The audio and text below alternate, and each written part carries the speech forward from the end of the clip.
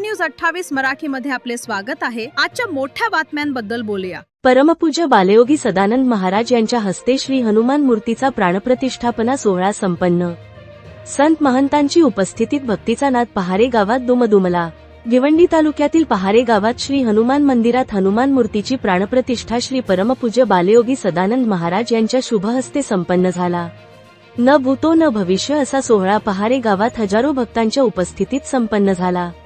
या सोहळ्यासाठी श्री शिवस्वरूपानंद स्वामी, श्री श्री श्री शंकरनाथजी महाराज, भक्तयोगी कृष्णानंद महाराज, बालयोगी विश्वनाथजी महाराज यांच्यासह अनेक संत महंत या सोहळ्यास उपस्थित होते।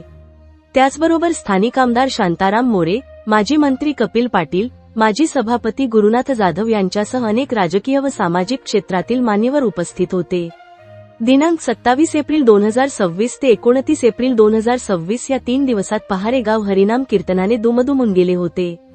सदर सोहळ्यासाठी तालुक्यातून हजारो भक्तांनी हजेरी लावली। सदर सोहळा सुखरूप पार पाडावा म्हणून नरेश माऊली, ह.भ.प. महेंद्र महाराज भोईर, पोलीस पाटील भरत भोईर यांच्यासह ग्रामस्थांनी मेहनत घेतली। इंडिया न्यूज 28 साठी भिवंडीहून मुख्य प्रतिनिधी शिवाजी राऊत।